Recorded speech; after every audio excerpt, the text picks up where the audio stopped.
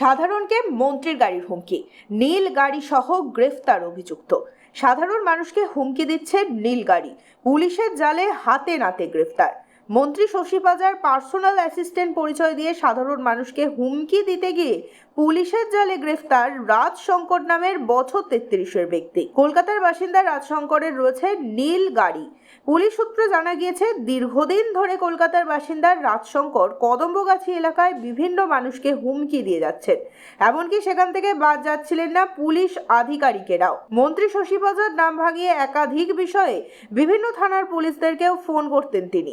বুধবার রাতে দত্তপুকুর থানার কদম্বগাছি ফাঁড়ি এলাকায় নীল রঙের একটি 4 চাকা গাড়ি করে এসে এলাকার সাধারণ মানুষকে বিভিন্ন ধরনের হুমকি দেওয়ার অভিযোগ আসে তার বিরুদ্ধে, যে কারণে সন্দেহবশত ব্যক্তিকে ধরে কদম্বগাছি ফাঁড়ির পুলিশকে খবর দেওয়া হয়। খবর পেয়ে ঘটনাস্থলে আসে পুলিশ। ব্যক্তিকে আটক করে জিজ্ঞাসাবাদ করা হয়। জেরার পর জানা যায়, ব্যক্তির সঙ্গে আদতে মন্ত্রী শশী পাজার কোনো সম্পর্কই নেই, কিন্তু এইভাবে বিভিন্ন ধরনের অসামাজিক কার্যকলাপ করে থাকেন তিনি।